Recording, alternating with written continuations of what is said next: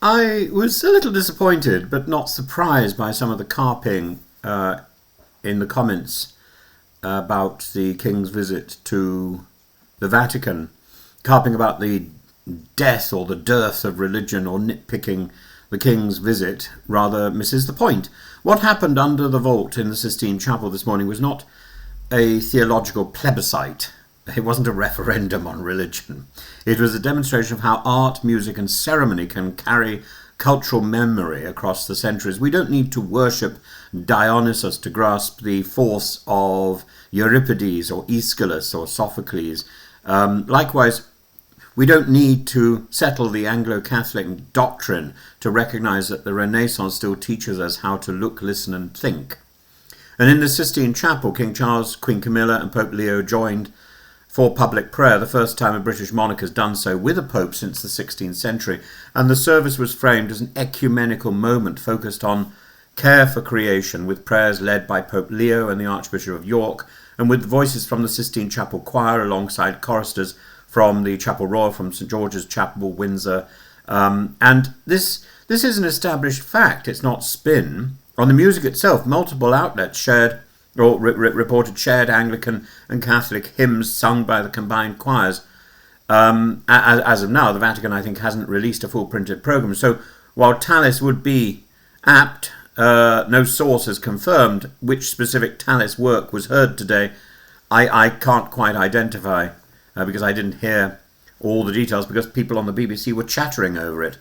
Until the official booklet appears, any named pieces would be speculation, therefore. But critics grumble about religion's place today. The chapel's walls answer them with pictures. Michelangelo's ceiling, painted in 4 years from 1508 to 1512, creates a world from nothing. 9 panels from creation to the flood, Sibyls and prophets predicting fulfillment.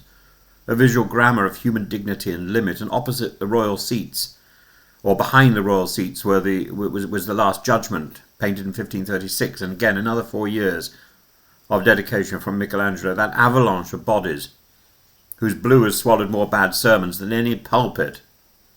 And the 1481 to 82 wall cycles set the programme that Michelangelo later crowned.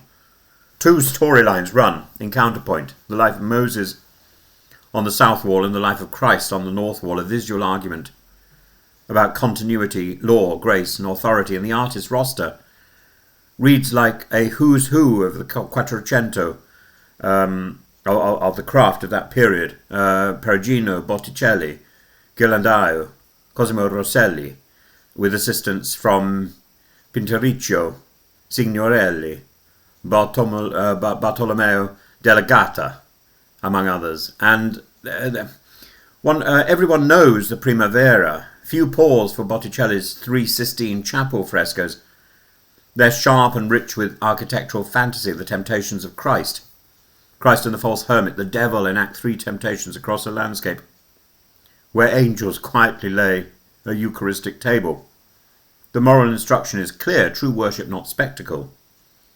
The trials of Moses, often entitled the events in the life of Moses, scenes of vocation, justice, and the giving of the law, unravel across one stage-set cityscape. Botticelli is already a dramatist, stitching episodes into a single civic theatre. And the punishment of Korah, Dathan, and Abiram, the rare episode, the invented triumphal arch that anchors the panel, while the earth swallows rebels who challenge priestly authority, a textbook of power, order, and consequence that stares straight across at Perugino's handing of the keys. It is Botticelli at his most political, but also at his most inventive and his most artistic. And the rest of the chorus on the walls. Perugino gives the chapel its doctrinal keystone, Christ handing the keys to Peter, plus the baptism of Christ. Authority is pictured, not argued. Ghirlandaio calls the first fisherman, vocation, as civic portrait. Rosselli paints the Sermon on the Mount and the Last Supper with jewel box colour, and his workshop likely contributes the crossing of the Red Sea. Signorelli closes the Moses cycle with the testament and death of Moses, grim but monumental. And don't forget the textiles. On great occasions, the lower registers bloom with Raphael's Acts of the Apostles tapestries designed for this very tapestry and hung beneath the fresco cycles, a second choir but in silk and gold. And their designs survive as the Raphael cartoons in the Royal Collection, a pleasing Anglo-Roman hinge given today's guests. The Vatican knows theatre, processions copes, the glint of the thurible, a choir clustered under the Sibyls and the Prophets. This is staging, and it is intentional. The point is not distraction, it is pedagogy. The chapel was built to teach and bind, Moses to Christ, image to word, patron to people.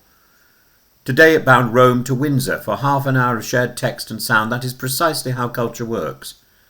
By repetition, by splendour, by making visible the memory and the association. So the claim that this was a hollow religion light photo op collapses on inspection. The very room rebuts it. Under the ceiling that gave the modern world its most famous image of the human hand reaching, a king and a pope stood still and listened. The walls whispered the syllabus, law and grace, calling and betrayal, judgment and mercy, with the echoes of the last week in mind. No press release can cancel that iconographic freight. And we will know the exact pieces when the service booklet surfaces later today. Until then, responsible reporting says this: the choirs were combined. They sang shared hymns with a simple midday office. If plain chant and a modest Anglican hymn or two were chosen, that would be entirely in keeping with the ecumenical brief and the acoustic. Though naming Tallis or Bird without documentation would be guesswork, and today deserves better than guesses. This morning was not about setting doctrine, it was about rehearsing civilization. It was about the Sistine Chapel, which is our common classroom. Michelangelo set the question, Raphael, Botticelli, Perugino, and the choir attempt answers. Those who carp about such moments are and say they are empty are, I fear, grading the wrong exam, and they need to go back and do some homework. This is not about whether religion or skepticism or religion or atheism are right or is right. Both have their place, but this is not about that. This is about the majesty of our history, our shared history, and the hope for a future. In the Sistine Chapel, of all places, where above us is the creation and behind us is the end of time, this is a place where the now is so unbelievably resonant.